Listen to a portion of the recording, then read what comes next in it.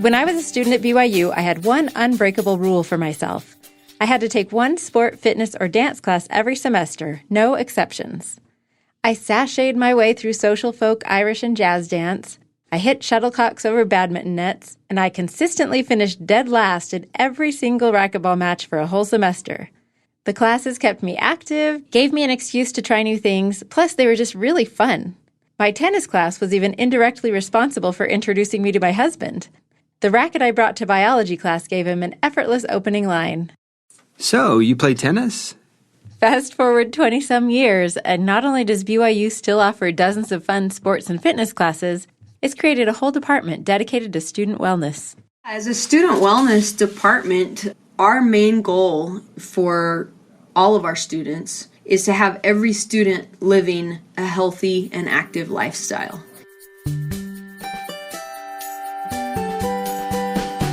Welcome to the Why Magazine podcast, bringing you ideas, stories, and voices from Brigham Young University. I'm Whitney Archibald, and today we're going to explore student wellness at BYU, better known by its delightful nickname, SWELL.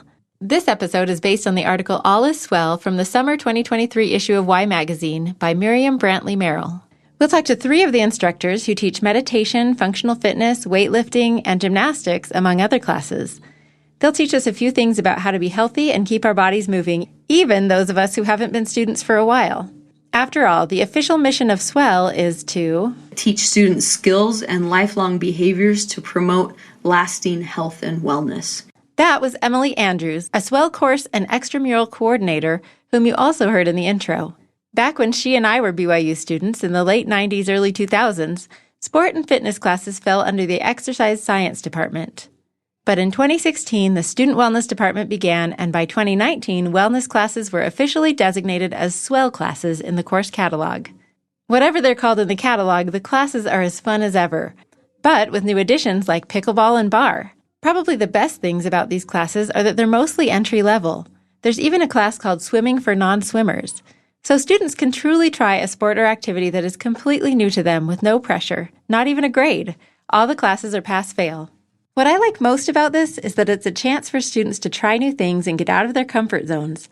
They can take fitness classes from aqua fitness to Zumba, or try their hand at sports like basketball, martial arts, rock climbing, or skiing.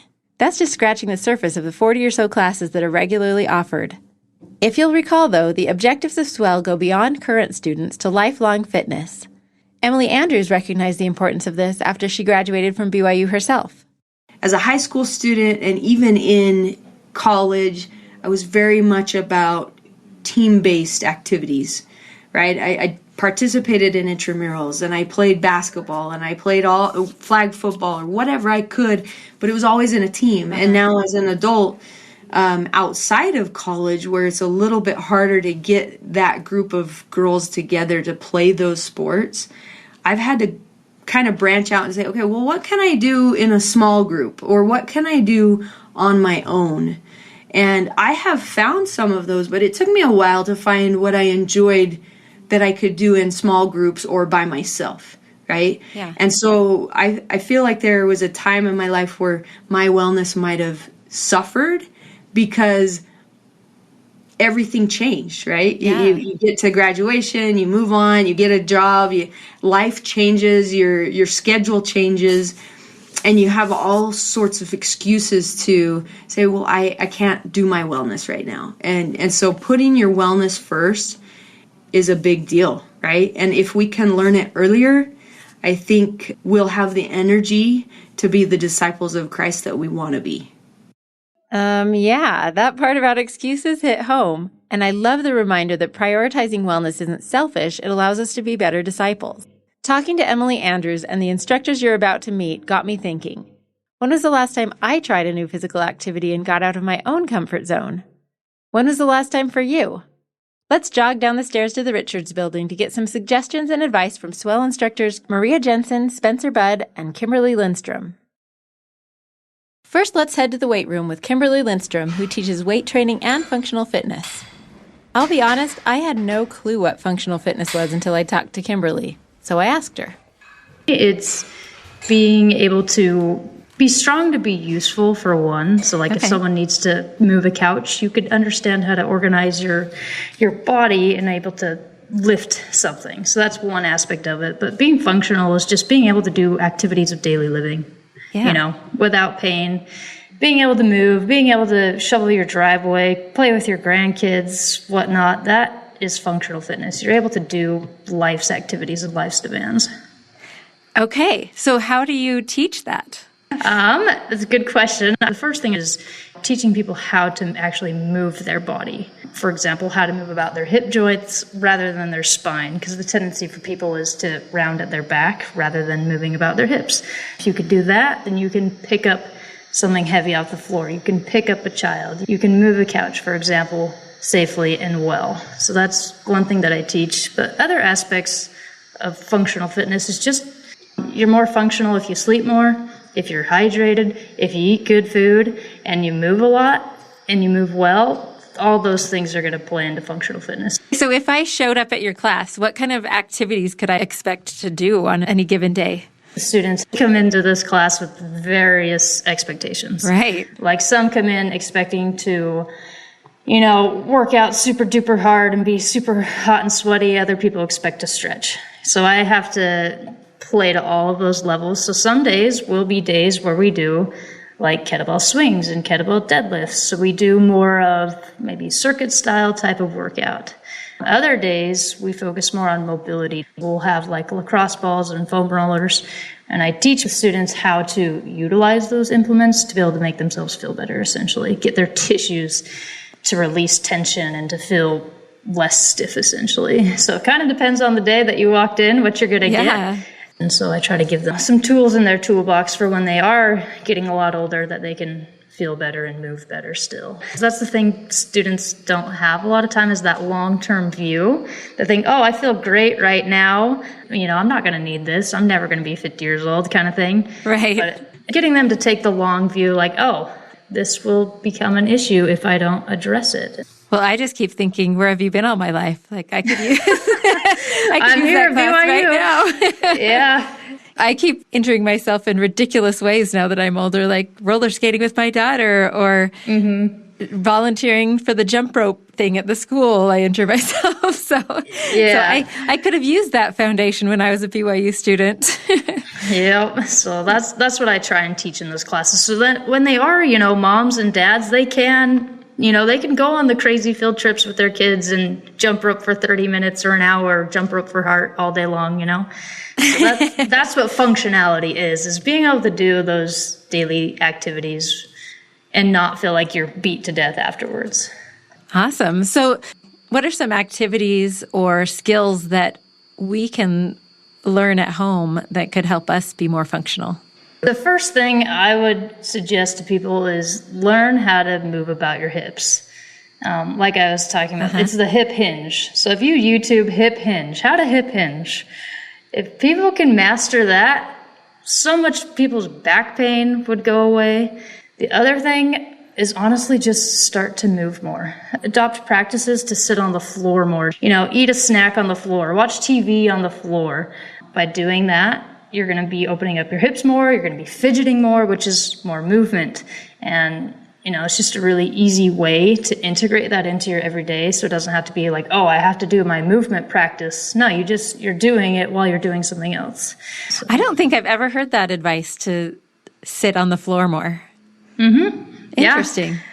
Yeah, I'm a weirdo. I eat on the floor. Like I bring my plate, we have dinner on the floor and breakfast and lunch, and I don't watch TV on the couch or movies. I'm always laying down on the floor. And when you do that, then guess what? You notice your foam roller's right there. And then you can use your foam roller and, kill two birds with one stone. So you can do, mobility work and watch your favorite TV show. So just an easy way to integrate it into your daily life. That is so interesting. It's those habits that are ultimately gonna dictate kind of where you're gonna go. Yeah. So if you don't have that habit set, you're not gonna do it. So and just try and walk more as well. 8,000 steps a day should be people's minimum. It would be really, really helpful for their overall health and functionality. Another class Kimberly teaches is weightlifting, which is actually one of the most popular SWELL classes each semester. One of her main goals with this class is just helping students become more confident in the gym. It can be a very intimidating place, especially if you don't understand how to use the equipment.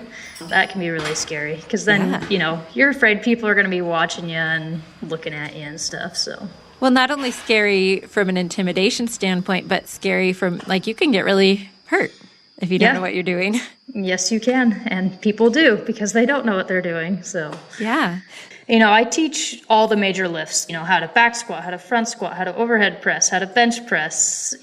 Once they understand how to do that, they start to shine. So they're a lot more empowered. They have a lot more tools in their toolbox to be able to fix their problems that they are inevitably going to have. Everyone's going to have some sort of movement fault. But now they understand how and why we want to fix those things. So I would say they definitely gain a lot more confidence and just a lot more comfortable, and they have fun too. Yeah, because it's a lot more fun when you kind of know what you're doing and you don't feel like everyone's watching you all the time. So, well, and I think that's something that we can't overlook. One of the main reasons for the whole SWELL program is to have some fun too, right? Mm-hmm. Yeah, no, people create, a lot of friendships from that class. I'll still see students from a couple years back and, oh, hey, Coach Kim, so I've still maintained a lot of good friendships, but then, they become friends, which is awesome. And then they're gym buddies for the rest of the semester or the rest of their school year. And that's really awesome to be able to create that environment so that they can do that. Oh, that's great. This one I know is a little harder because it requires more equipment, but do you have a challenge you would give or a suggestion for some of the listeners who may be starting out at a gym or something? These are my favorite resources prior to going to the gym. Perfect. The first one would be, it's called Squat University. And this is where I get all my joint assessments and how to fix technique and how to fix, knee pain or hip pain. It has all of those resources in quick 5-10 minute videos. So if you're brand new to the gym and you don't know if you're moving well or how to do a basic bodyweight squat, I would check out that YouTube channel. Hands down, one of my most favorite resources ever. So I would do a little bit of homework, learn about some basic technique, like how to breathe and brace, for example, for when you're lifting, how to bodyweight squat, how to use your feet when you're, lifting, and that will set a really good foundation. That's great. If I can give one more recommendation. Yes, please do. All right. It's a book. It's called Built to Move. It's by a guy named Kelly Starrett and his wife, Juliet Starrett. It's just movement vital signs. Oh. For example, we have blood pressure vital signs. You have an eye chart so you can know if you have good vision or bad vision and good blood pressure or bad blood pressure. But we don't really have that for movement. And so this kind of gives you an idea of where you're at on the movement spectrum and gives you ways to really improve your overall movement so you can do the things that you want to do and not be in pain and, not feel crummy all day long. That's another homework assignment I guess. Now let's flip topics and talk gymnastics. We're going to talk to Spencer Budd, who's been teaching gymnastics at BYU for 17 years. I actually got a bonus guest here, his adorable and very patient 4-month-old granddaughter who sat cheerfully on his knee the whole time. First of all, I bet you attract a wide range of abilities and skill levels. That is true. I get a few students every semester who have never done gymnastics before, and this is their first experience. And then I get some that are former competitive gymnasts that really just want to be in the gym again. Awesome. And everything in between. I hear all the time students say, I always wanted to do gymnastics as a kid, but we didn't live close enough to a gym or my parents couldn't afford it. It is an expensive sport to do. And so to give them that opportunity to do something that interests them, but also give them a break from the rigors of the academic world, I think it's awesome. Yeah, and do you find that most of them see a big change by the end of the semester? For the students who've never done it before, I'll often have students come back and say, I'm so excited about this. I've always wanted to be able to do this, and now I can do this, And so that's exciting. But that's why I keep teaching. I really enjoy watching people do something and have that aha moment or that moment where they just, look, I did this, and they can get so excited. So it's fun. Yeah. Yeah. Well, I'm just thinking to myself, we just got a trampoline and my kids are learning all these skills, and maybe I should start to figure some of those out too. It's not too late, right? Nope. That's the other thing. At least for beginning gymnastics, I believe anybody can do it. Okay. So what homework assignment would you give people if they wanted to venture into the world of gymnastics? Gymnastics is a sport that uses the body and gravity, basically. There's no weights involved. And yeah, we use specific gymnastics equipment, but it's very similar to calisthenics in that all you really need is a little space in your body to be able to exercise. Yeah. And so it's really a matter of making that commitment to do something with your body. And so anyone can do that, and you don't need to go spend money. You don't need to buy fancy equipment because everybody's got a body and everybody can take advantage of gravity. But the key to becoming more flexible is consistency. You've got to stretch regularly. And so it's that consistency of doing it ideally every day, because stretching, it's not like lifting weights or something that you need time to recuperate from. Stretching can be done every day. Yeah. I don't think we always think about the importance of stretching. How does that help us? So it is definitely an underutilized aspect of physical fitness in all sports. I saw that with my kids in sports. The advantage to being flexible is it decreases the likelihood of major injury. Because if you're flexible and you land on your feet wrong, the feet bends instead of straining or breaking. Overall, flexibility helps with that and also with mobility. And I think mobility is a big part of being fit. Yeah, for sure. And what happens when the muscles get tight in one area, it affects the opposite muscles. So if your hamstrings are tight, your other muscles are working harder, and you might be overusing them because when you're really tight, those muscles aren't functioning properly. Yeah. Well, I feel like you're giving students such a gift. Yeah, I think where I see the impact the most is when I get a student who a gymnastics coach would say, you should go find another sport. Yeah. That really, as a child, just didn't really use their body and don't understand how to use their body.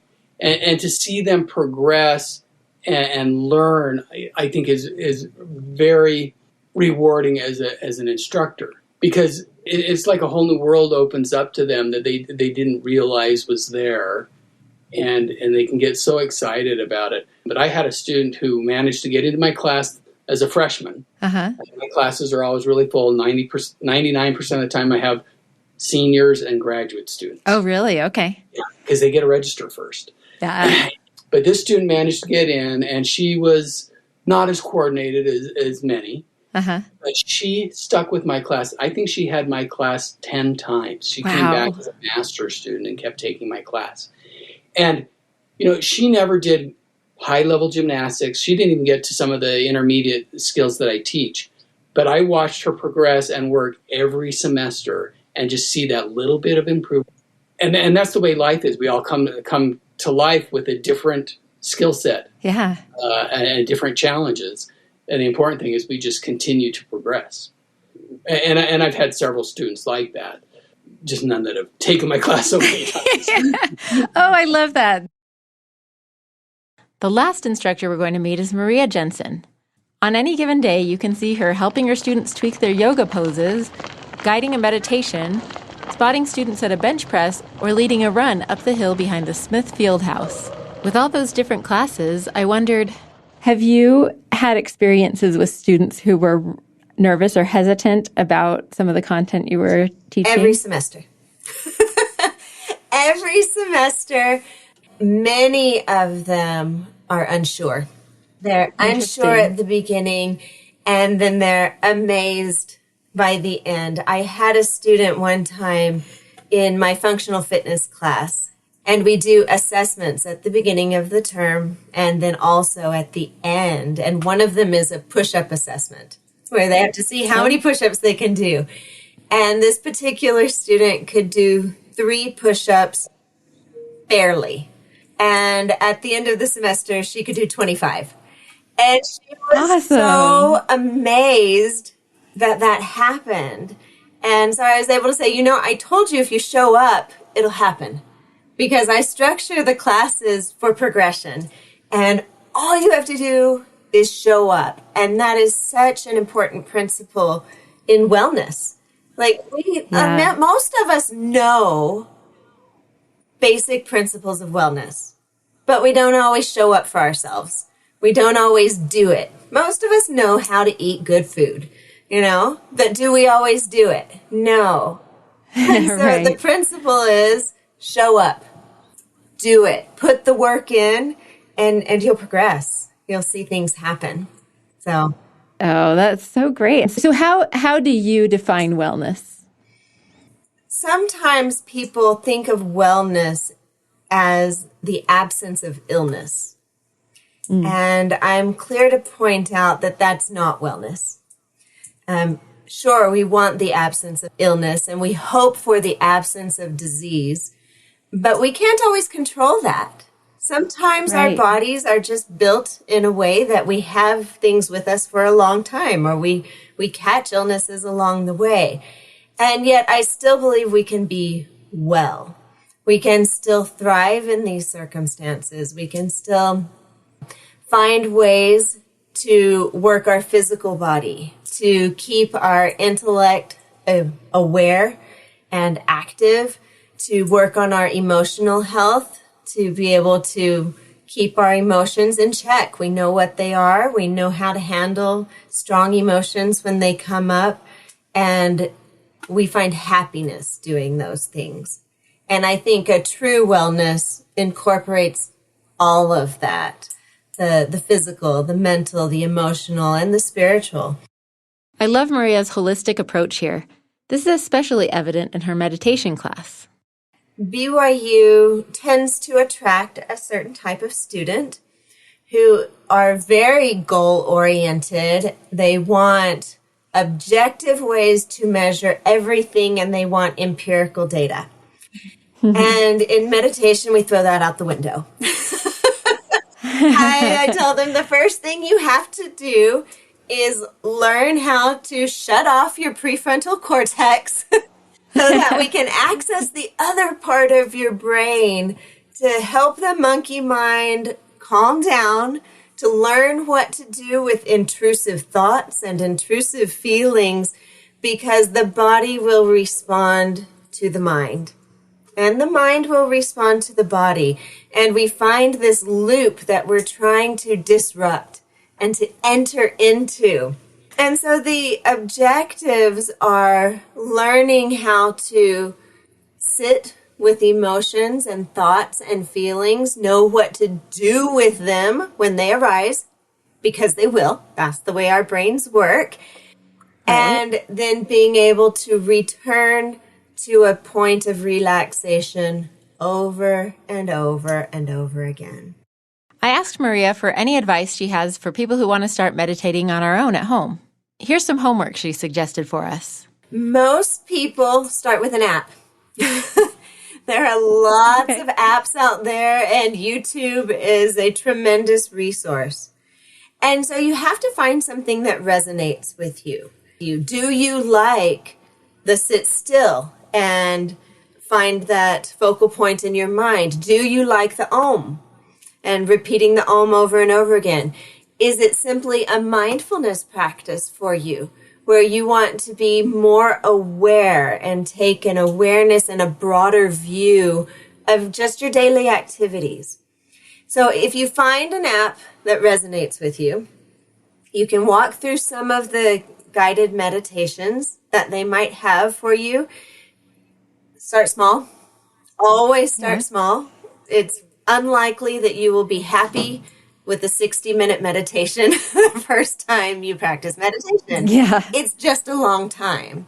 But start with 2 minutes of breathing, right? Start with a 10-minute guided meditation where they take you through a visualization of perhaps your goals for the day. Or they take you through a gratitude practice and you make a list of the things that you're grateful for and focus on each one of those things. So many ways to start. Don't go for the whole huge thing because it's overwhelming. You'll probably get lost and you'll quit. That's what happens. Yeah, that's great advice. Another one of Maria's favorite classes to teach is running. She's been running herself since she was a teenager, and she regularly runs marathons. Running is one of those classes where we see big transformations as well. One of those classes where they've never run a mile before, and suddenly they're like, oh my goodness, I improved my time. Really fun to watch students begin to enjoy running. Because oftentimes running is seen as a punishment. Right. If you're late, run a lap. Exactly. Running is a punishment for so many people. And I have students at the beginning of the semester when I ask, why did you take this class? I hate running. And I'm like, oh dear. Okay. But I want to try to like it. And I'm like, okay, well, we can work with that. We can work with it. And it's fun to see people fall in love with it. To understand that there are ways to make exercise easier. There are ways to make it more effective. And it can change how you feel. You can walk up the steps to the RB and not huff and puff. Right. Because we all die on the stairs. So what advice do you have for listeners who might also be intimidated about running, but know that it would be good for them? Right?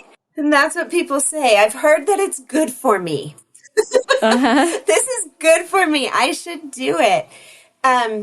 Running in particular, I would say get some good shoes. It will be the most helpful piece of equipment that you have. And then just find comfortable clothes. Decide that you are going to allot 20 to 30 minutes to go do this. That does not mean that you need to run for 30 minutes straight. Run when you can, walk when you can. Don't feel bad that you're walking, right? Intervals and repeats are a regular type of running training. For elite athletes, even the best, are going to be running and walking. The more you do it, the more acclimated your heart will become, the cardiovascular will improve, and the muscles will get stronger, particularly if you've never run before. And then you work up to it. So maybe you start with 2 days a week, and then you go to 3 days a week. Maybe you go to 4, or maybe you don't. Right? Maybe you don't. Yeah. Maybe 3 times a week is plenty for you to go running, and you can do other sort of exercises on the other days. So, okay. Well, it seems like you're so passionate about it that you just found something that you love. I love it. I've been doing this for a long time now. I've been through different stages. I've been through pregnancies. I've been through surgeries. I've been through illnesses. I've been through fabulous periods where I've run, multiple marathons in 1 year, and the physical body was able to keep up. And we hope for years like that, for sure. Yeah. But by and large, we have disruptions in our life. We have distractions in our life, and we have to learn how to keep going. You don't have to give up on wellness because you had a baby, or because you got a new job and suddenly your exercise time was taken away. And you're like, now when am I going to exercise? And guess what? You can find a new time. You can. You can find new ways to find strength within the muscles. And it's learning to do that gives us lifelong wellness. So now it's our turn to try something new, or maybe revisit something we used to do. It's never too late. If you need another pep talk, here's Emily Andrews again. We define wellness here as the active pursuit of our best selves. And it's an ongoing process. We don't achieve it just overnight, right? But we're constantly trying to improve ourselves. Spencer W. Kimball said, do it before Nike started theirs, right? And now, if you'll excuse me, I'm going to go lace up my running shoes.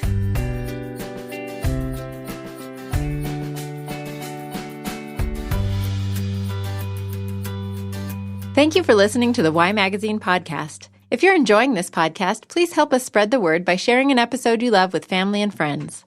This episode was based on the article All is Swell by Miriam Brantley Merrill. It was produced by me, Whitney Archibald, with executive producer Denya Palmer. Mixing and mastering by Jarrett Davis.